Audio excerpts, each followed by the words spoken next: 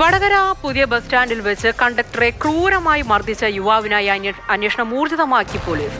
തലയ്ക്ക് ഗുരുതര പരിക്കേറ്റ സ്വകാര്യ ബസ് കണ്ടക്ടർ വട്ടോളി സ്വദേശി ദിവാകരൻ കോഴിക്കോട് മെഡിക്കൽ കോളേജ് ആശുപത്രിയിൽ ചികിത്സയിലാണ്.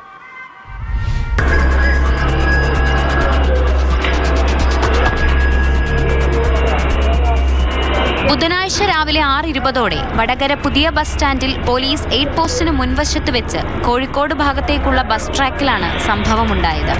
വടകര തൊട്ടിൽപ്പാലം റൂട്ടിൽ സർവീസ് നടത്തുന്ന ഹരിശ്രീ ബസിന്റെ കണ്ടക്ടറാണ് പരിക്കേറ്റ വട്ടോളി സ്വദേശി ദിവാകരൻ.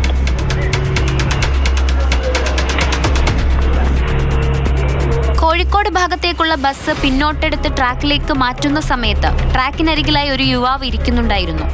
ഈ സമയം ഇതുവഴി വന്ന ദിവാകരൻ ബസ് ഇടിക്കുമെന്നും എഴുന്നേറ്റു മാറാനും യുവാവിനോട് ആവശ്യപ്പെട്ടു.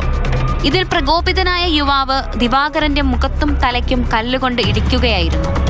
തലയിടിച്ച് ദിവാകരൻ നിലത്ത് വീണതോടെ ഇയാൾ ഓടി രക്ഷപ്പെട്ടു. വടകര സഹകരണ ആശുപത്രിയിൽ പ്രവേശിപ്പിച്ച ദിവാകരന്റെ പരിക്ക് ഗുരുതരമായതിനാൽ കോഴിക്കോട് മെഡിക്കൽ കോളേജിലേക്ക് മാറ്റി. പുലർച്ചെയായതിനാൽ ബസ് സ്റ്റാൻഡിൽ കൂടുതൽ ആളുകൾ ഉണ്ടായിരുന്നില്ല. സംഭവത്തിൽ വടകര പോലീസിൽ പരാതി നൽകിയിട്ടുണ്ട്. ഇതര സംസ്ഥാന തൊഴിലാളിയാണ് ദിവാകരനെ മർദ്ദിച്ചതെന്നാണ് സംശയം. ഇയാൾക്കായി വടകര പോലീസ് അന്വേഷണം നടത്തിവരികയാണ്.